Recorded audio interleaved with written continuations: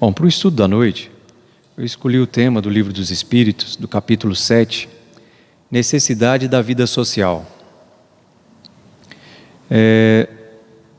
Ela se inicia, esse estudo, com a pergunta 766, a vida social é natural? Só que antes de responder essa pergunta, eu achei interessante a gente voltar um pouquinho na pergunta 614, que é a seguinte: que se deve entender por lei natural? Resposta: a lei natural é a lei de Deus. É a única verdadeira para a felicidade do homem. Indica-lhe o que deve fazer ou deixar de fazer, e ele só é infeliz quando dela se afasta. Então, quando ele pergunta, se a vida social é natural, a gente já dá para entender aqui pela pergunta 616 que natural é uma lei de Deus. Toda lei de Deus é uma lei, como aqui mesmo diz, que faz com que nós sejamos levados até a felicidade, sejamos felizes. E quando nós nos afastamos dela, nós encontramos a infelicidade. A infelicidade, na verdade, esse prefixo in aqui significa não, é a gente negar a felicidade, quando nós nos afastamos de todas as leis de Deus. E complementando, tem a pergunta 621, que é o seguinte: onde está escrito a lei de Deus? Isso é importante a gente saber. Se a lei natural é a lei de Deus e ela é o que nos conduz à felicidade, é importante a gente saber onde está escrita essa lei, E a pergunta é bem curta, e direta: na consciência. Por que na consciência? Porque não tem como nós fugirmos da lei divina.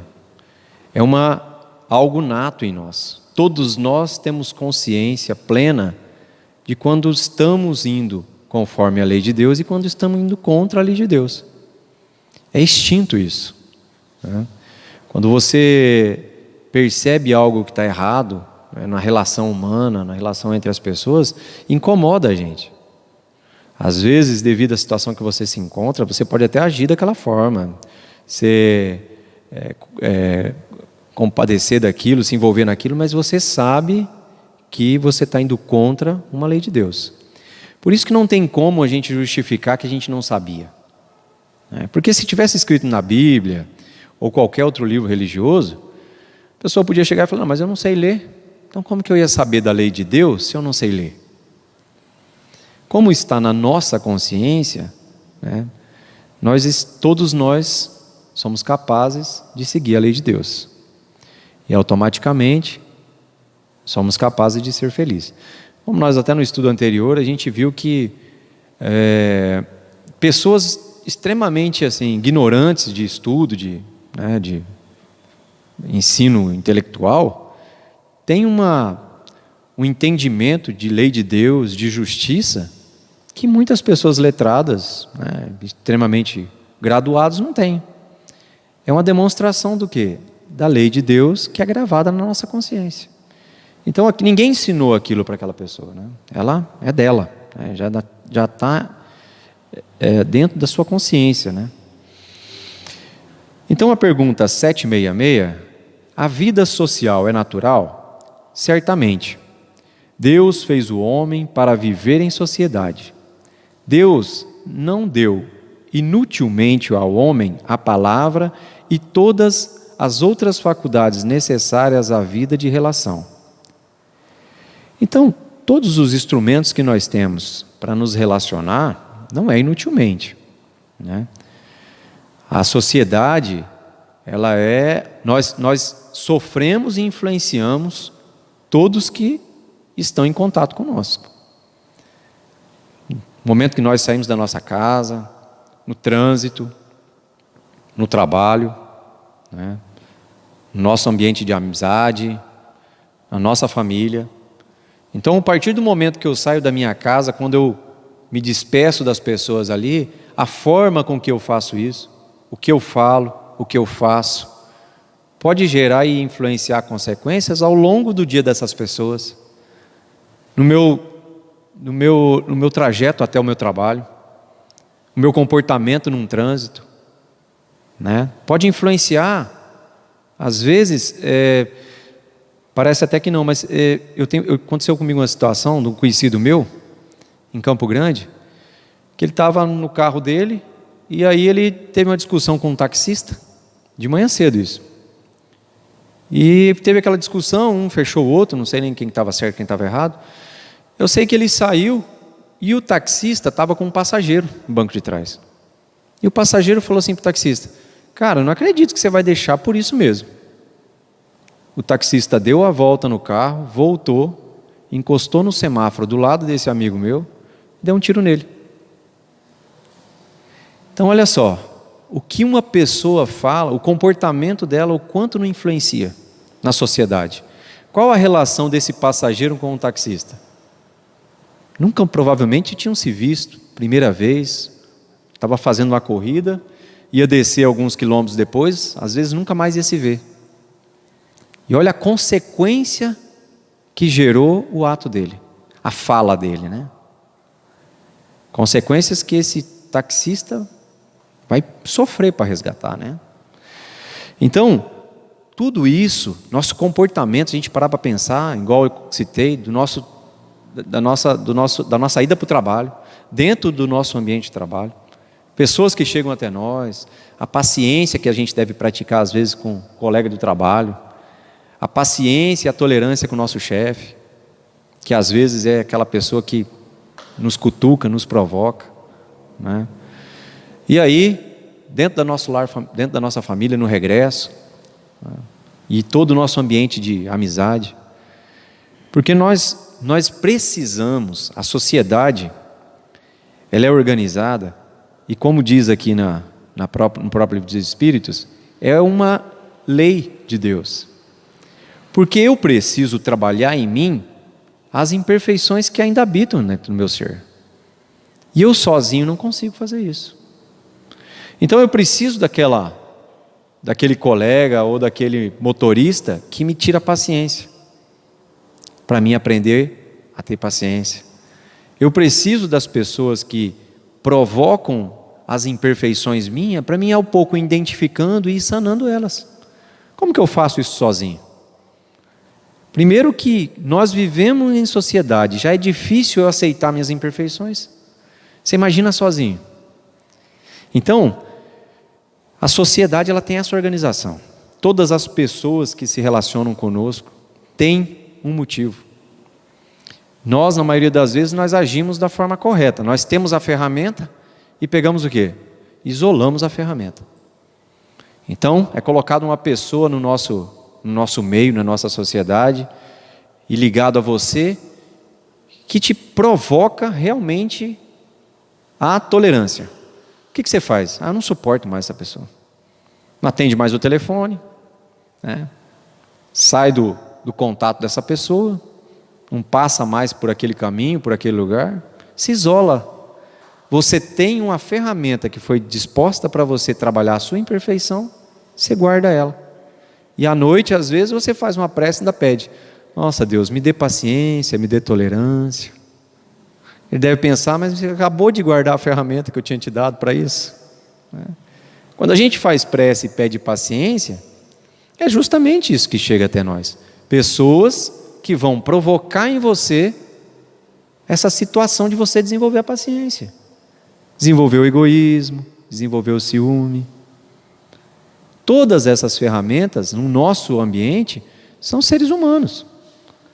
Isso quando não é colocado, na maioria das vezes, dentro da nossa própria casa. Essa organização ela é colocada de um jeito que você não pode nem se livrar. Como esse exemplo que eu citei, de uma pessoa que te provoca a tolerância, e você isola a pessoa. Como que você faz isso com o seu filho? Com o seu pai, com a sua mãe, com a sua esposa? Não tem como, né? Então chega a um ponto, quando isso é tão necessário, que está dentro da sua casa essa ferramenta. E isso de várias formas. Nós não somos capazes hoje de entender uma organização reencarnatória, né? Nós vemos assim várias literaturas, várias situações, mas nós devemos sempre lembrar que o Espiritismo ele não tem regras. Você não pode pegar uma situação e aplicar para todos. Então todos que fizeram isso vão para o umbral. Todos que fizeram assim, nasce assim. Não existe regra. Somos criaturas individuais, temos cada um calhamaço de créditos e débitos que nós precisamos resgatar, e cada um com o seu inventário embaixo do braço. A situação que nos foi colocada de estarmos reunidos na sociedade ou em família é só por uma conveniência dessa organização, que, como eu disse, nós não somos capazes de entender.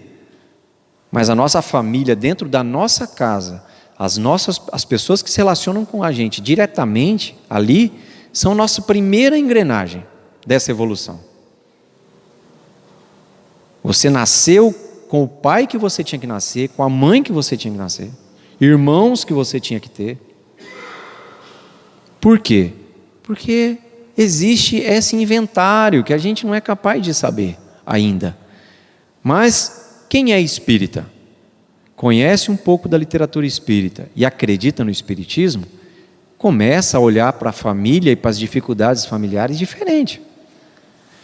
Eu não acredito hoje que tenha um espírita que se diz espírita e é capaz de ficar sem falar com o filho. Porque a gente é capaz de entender por que o filho vem nessa situação que vem. Aquele psicólogo Alberto Almeida, né? Ele conta do atendimento que teve. Ele estava desenvolvendo uma pesquisa junto com um oncologista. E esse oncologista ele chegou a uma conclusão que não existia câncer sem mágoa. Nesse estudo. Falou, o câncer vai se desenvolver na parte mais frágil do organismo. Mas para você ter câncer, é necessário que você tenha mágoa. E eles começaram a desenvolver várias pesquisas em relação a isso. E tinha um amigo comum deles, que eles chamaram para pesquisa, porque ele desenvolveu um câncer bem aqui, no ombro. Criou esse tumor, ele estava em tratamento, já estava praticamente extinto, mas ainda tinha cicatriz, estava fazendo tratamento, mas tinha amenizado. E chamaram ele para fazer essa pesquisa, se ele queria participar. E ele, de pronto, atendeu. E o tratamento, tinha várias etapas desse tratamento, e uma delas era uma entrevista, né, feita com o psicólogo e tal. E ele pergunta para ele, você tem alguma mágoa de alguém? Não tenho. Nenhuma mágoa de ninguém? Não. Tá. E aí, um outro processo da pesquisa era fazer uma regressão, né? Fazer uma regressão com o paciente. Quando fizeram a regressão com ele voltou em 1800 e alguma coisa, e ele relatando, né? Ele falou, eu sou comandante de um barco. Mas para ficar mais curta a história, eu vou narrar o que ele contou, né? Então ele conta que ele era comandante de um barco, numa cidade, em Portugal, e ele tinha um menino no cais, lá onde ela atracava, que sempre que ele chegava lá com o navio dele, o menino ajudava, e desde pequenininho o menino ali e tal, e o menino ajudava a descarregar alguma coisa, ajudava a dar um recado, mandar um recado, e ele dava uma moeda para esse menino, e foram criando um vínculo de amizade, e esse menino foi crescendo. Quando o menino fez 17 anos mais ou menos, o menino veio trabalhar com ele na embarcação, e ele viajava vários lugares, ficava vários dias fora de lá, e voltava. E eles tinham uma relação muito próxima, ele e o menino. E um certo dia eles estavam numa praia, em um outro lugar, numa outra cidade, e começaram a discussão por causa de uma estratégia lá, né, do que eles iam fazer no lugar. Começou essa discussão, essa foi, né, aumentando o tom, ficando um negócio mais tenso, e chegou um ponto que o menino sacou do punhal. Quando ele sacou do punhal, esse comandante, né, pela relação que eles tinham, jamais imaginou que ele pudesse fazer alguma coisa com aquele punhal. Abriu a camisa, estufou o peito para ele, o menino foi e colocou o punhal na posição onde esse paciente tinha desenvolvido o câncer agora. E aí, ele fala que vê, né, se afastando do corpo, ainda abalado, sem entender aquela situação, e os marujos começaram a se aproximar, pegaram o menino e tal. Resumindo, ele volta do transe, olha para o psicólogo e fala: é meu filho hoje. Ele tinha um filho extremamente problemático a relação com ele. E ele, com essa regressão, ele conseguiu identificar as mesmas características que ele tinha com o menino. E esse menino, o que aconteceu?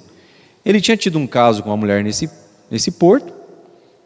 A mulher procurou ele, falou que estava grávida, mas como era uma mulher que ele não inspirava a confiança dele, ele não deu importância e seguiu.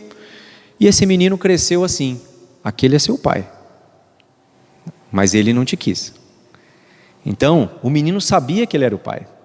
Cresceu revoltado, com um misto de sentimento de revolta e ao mesmo tempo de aquele sentimento de amor, de querer ser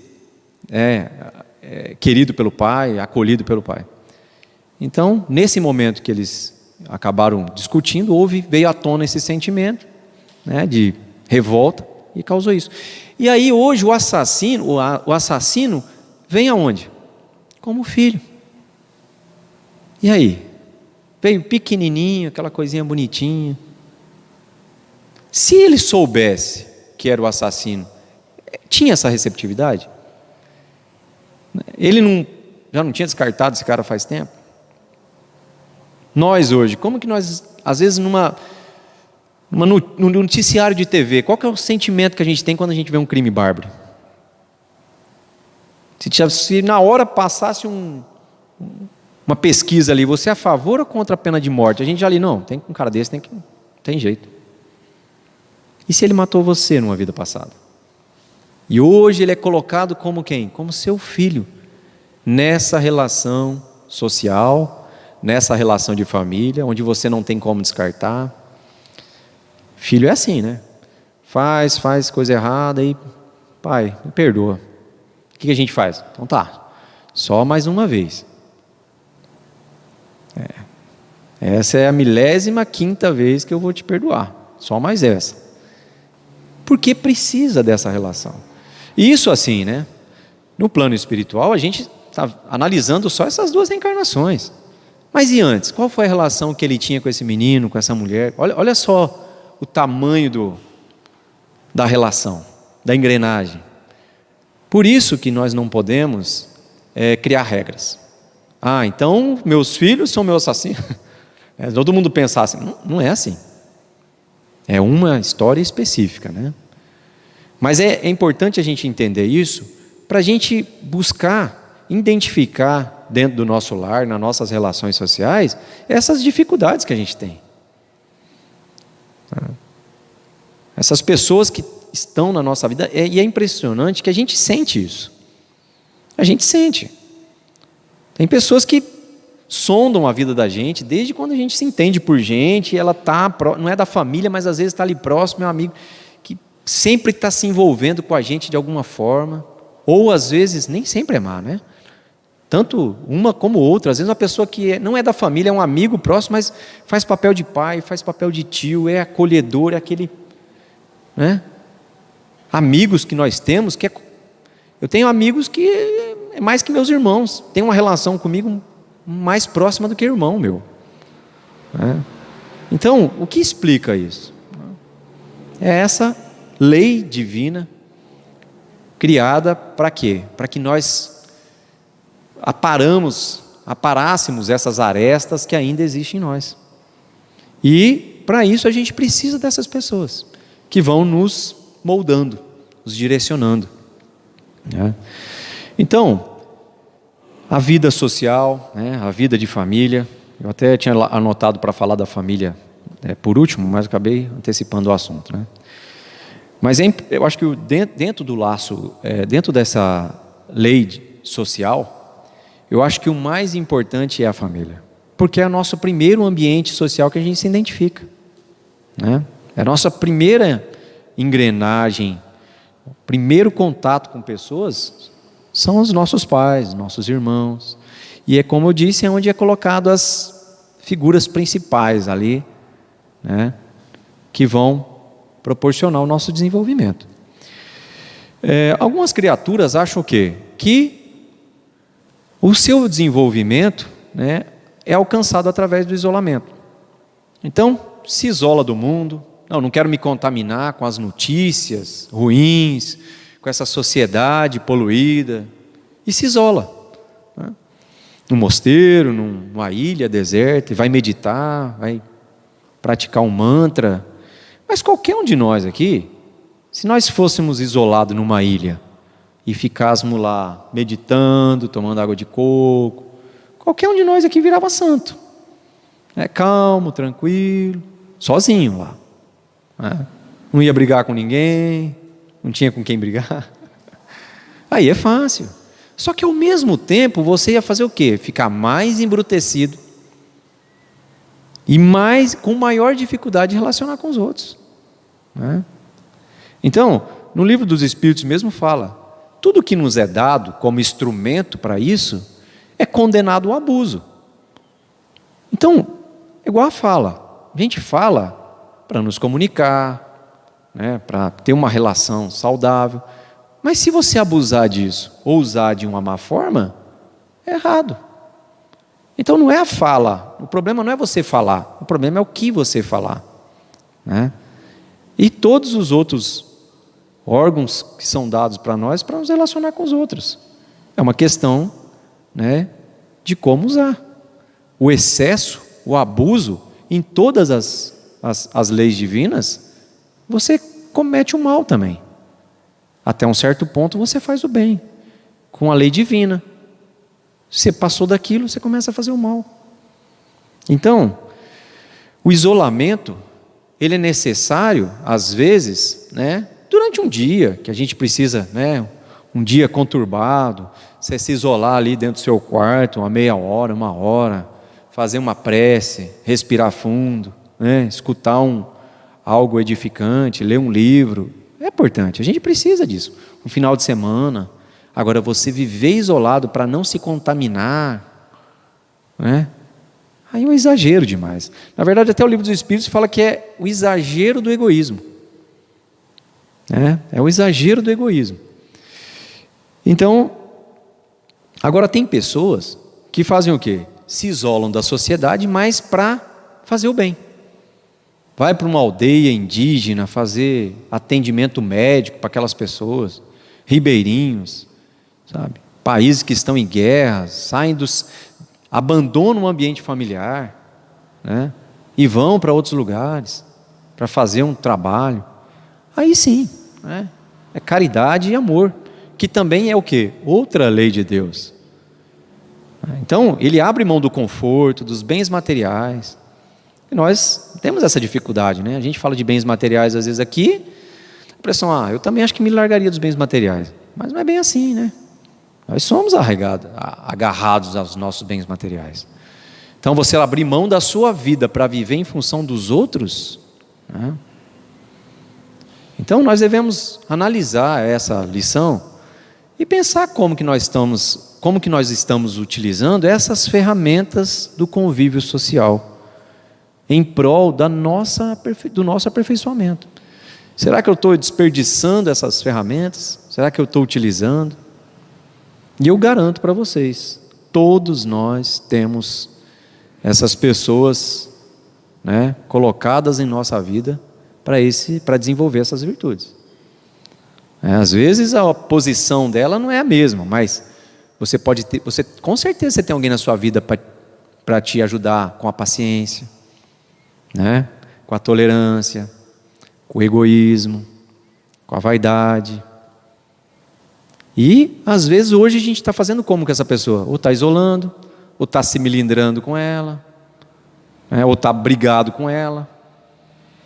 Vocês já perceberam uma característica dos nossos inimigos, ou das pessoas que não gostam da gente? Vocês já perceberam uma característica que elas têm? Que elas falam a verdade sobre nós? Então você quer saber quem realmente você é? Pergunta para um inimigo seu.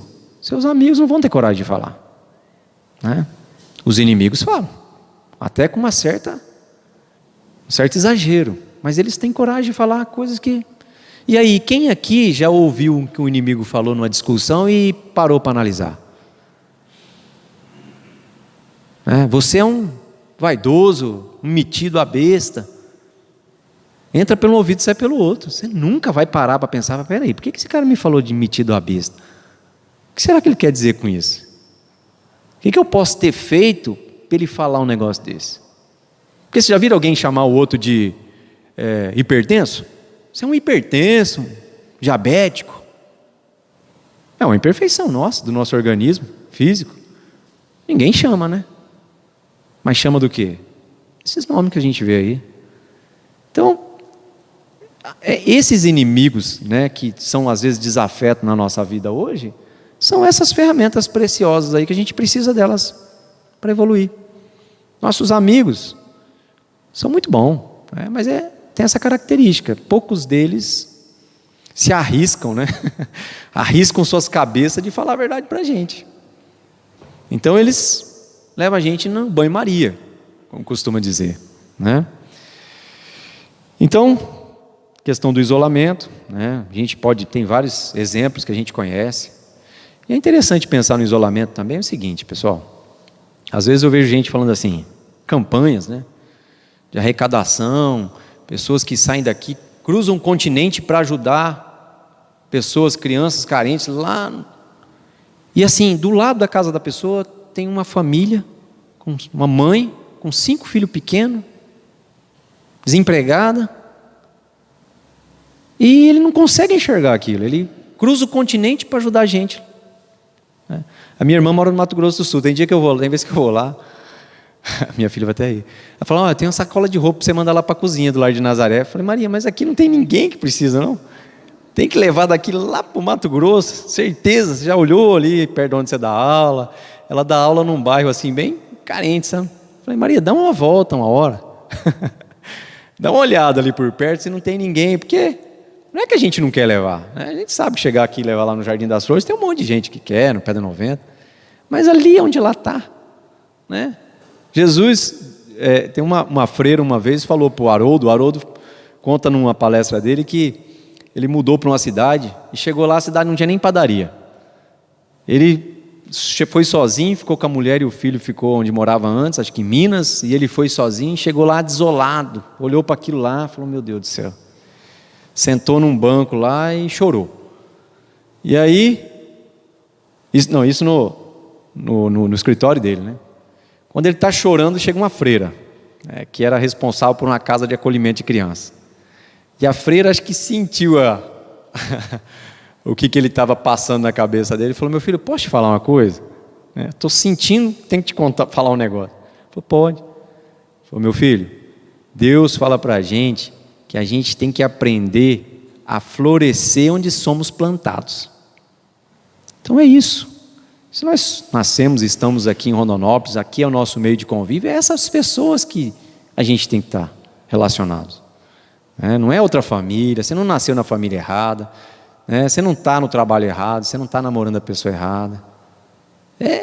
Com certeza todos eles fazem parte de uma engrenagem que a gente vai acrescentando no nosso convívio. Uns a gente vai acrescentando, descartando outros e vai. Mas todas as pessoas que cruzam pelo nosso caminho têm alguma função. Nós em relação na vida delas e elas com a nossa vida. Só para encerrar, eu trouxe um poema, Cassimiro Cunha, chama Regra de Paz. Se queres felicidade, apoio, harmonia e luz, atende às indicações do nosso Senhor Jesus. Começa o dia pensando no que o dever determina e roga em prece o roteiro da providência divina.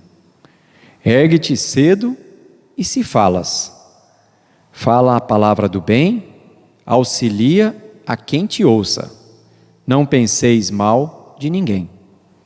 Se existe algum desarranjo em teu distrito de ação, acerta sem reclamar. Não te lamentes em vão. Trabalha quanto puderes, que o trabalho é vida em suma.